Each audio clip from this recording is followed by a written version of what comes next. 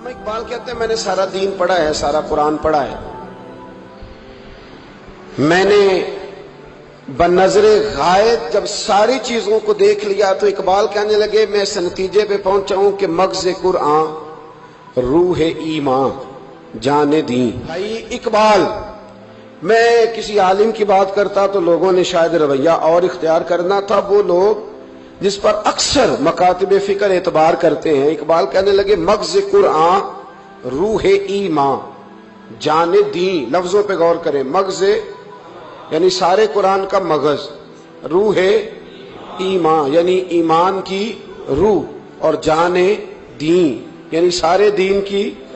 آپ دیکھیں ترتیب، مغز قرآن روح ایمان جان دین۔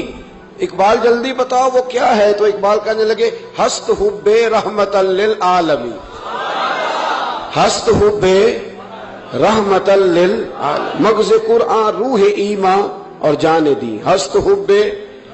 کہنے لگا میں تو سمجھا ہوں کہ قرآن کا مغز ایمان کی روح اور دین کی جان اگر ہے تو نبی پاک کی محبت کا نام ہے، رسول اللہ کی محبت کا نام ہے، نبی پاک کی محبت کا نام۔ حضرت عمر فاروق رضی اللہ تعالیٰ عنہ سے بڑا تو اصول پسند کوئی نہیں نہ ہوگا، یعنی بہت بڑا چودھری بھی اگر اپنے گلی کے اندر، حضرت ابو سفیان جیسے لوگ مسلمان ہو گئے، کلمہ پڑھ لیا، اور جناب ابو سفیان رضی اللہ تعالیٰ عنہ نے اپنے گھر کے اندر نہ تھوڑی سی سامنے اینٹیں رکھ کے جگہ بنا لی، تو حضرت عمر کو پتہ چلا تو فرمایا جیسے بنائی ہے ویسے وہ کھیڑو بھی، آپ نے لوگوں کا رستہ تنگ کر دیا۔ اصول پسند آدمی، اصول کی بات آئے تو بیٹے کو بھی معافی نہیں، کسی کو معافی نہیں، بڑے اصول پسند تھے۔ ایک دن لوگوں نے کہا عمر تو بڑا اصول پسند ہے، پر یہ مسجد نبی کی گلی میں جو نبی پاک کے چچا حضرت عباس کا پرنالہ لگا ہوا ہے اور وہ سب لوگوں کے کپڑے کیچڑ سے بھر دیتا ہے، وہ پرنالہ نہیں نظر آتا؟ گلی میں لگا ہے۔ اب تو ہمارے پرنالے اور طرح کے ہیں نا، تو جو حرم شریف میں آپ میزاب رحمت ہے وہ دیکھا نا آپ نے، وہ پرانے زمانے میں جو لوہے کے پرنالے ہوتے تھے، تو وہ واقعی پوری گلی جو تھی نا وہ گزر کوئی نہیں سکتا تھا، اتنا اچھا شاور ہوتا ہی کوئی نہیں تھا جتنا وہ ہوتا تھا، وہ بڑا تگڑا قسم کا پرنالہ ہوتا تھا، تو کوئی شے نہیں گزر سکتی تھی بڑی دیر تک۔ بارش کے رکنے کے بعد بھی ساری چھت سے جب تک پوری مٹی اور پوری توڑی ساری نہیں نا اتر جاتی تھی تب تک وہ پرنالہ نہیں سانس لیتا تھا، تو پرنالہ بہتا تھا، اور وہاں سے بڑا مین گلی تھی مسجد کو آنے کی، لوگوں کے کپڑے آلودہ ہو جاتے۔ اتنے لوگوں نے حضرت عمر سے کہا یہ پرنالہ نہیں نظر آتا، یہ نہیں اصول پسندی؟ تو جناب عمر فاروق رضی اللہ تعالیٰ عنہ فرمانے لگے اتار دیتے ہیں پرنالہ، یہ بھی اصول پسندی ہے، اتارتے ہیں۔ حضرت عمر فاروق نہ گئے، اور شارحین نے لکھا ہے کہ اونٹ کے اوپر بیٹھ کر آپ نے یوں پکڑ کے نا پرنالہ کھینچا، اور جناب عباس کے گھر والوں سے فرمانے لگے 4 کونے ہوتے ہیں گھر کے، چھت کے 4 کونے ہیں، کسی اور میں لگا لو پرنالہ کو، ضروری ہے کہ نمازیاں والی گلی پہ لگایا جائے؟ یہ کہہ کے آ گئے، کسی کی جرت تھی بات کرے؟ حضرت عباس آئے تو لوگوں نے آ کے کہا کہ عمر نے پرنالہ کھیڑ دیا، اور فرمایا کہ 4 کونے کہیں اور لگا لو۔ تو حضرت عباس مسکرائے، لوگوں نے کہا مسکراتے کیوں ہو؟ فرمانے لگے کوئی مسئلہ نہیں، عمر خود آ کے لگا کے جائے گا، جیسے وہ کھیڑا ہے ویسے۔ لوگوں نے کہا وہ عمر ہے، عمر کو بدلنا اور اس کی بات کو بدلنا، اور اتنی جرت کہ وہ لگا کے جائے، جس بندے کو دیکھ کے شیطان گلی کا رستہ بدل جاتا ہے، آپ اس کی بات کر رہے ہیں۔ فرمایا میں نے کہہ دیا نا عمر لگائے گا، تو انشاءاللہ عمر لگائے گا۔ حضرت عباس مسجد میں آئے، نماز پڑھی تو کہتے میں نے بات چھیڑی تھی، عمر خود کہنے لگے کہ حضور آپ سے تو امید نہیں تھی۔ حضرت عباس سے کہنے لگے بھئی جگہ بھی ہے، 4 کونے ہوتے ہیں گھر میں، کوئی ضروری ہے اسی کونے پہ لگے جہاں سے نمازی گزرتے ہیں؟ یہ بخاری مسلم کی حدیث ہے۔